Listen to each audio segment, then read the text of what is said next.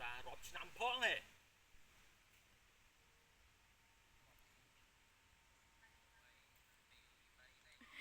ឆាកឈុតខុសខុសអរេភ្នែកអញកុំកលិតក្លាប់មើលតែខ្ញុំបានតែ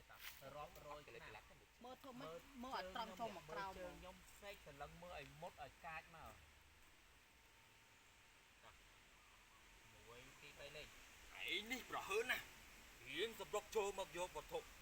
ទប់ដែលយើងខំថែរក្សាជារាប់រយឆ្នាំផងហេសុំម្ដងទៀតមួយទី3លេខ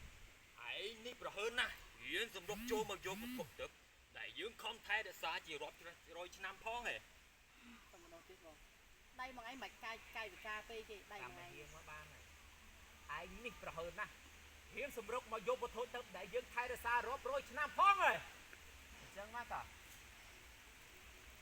មួយទី3លេខឯនេះប្រហើនណារៀងសម្រុកចូលមកយកវត្ថុទប់ដែលយើងខំថែរក្សារាប់រយឆ្នាំផងហេ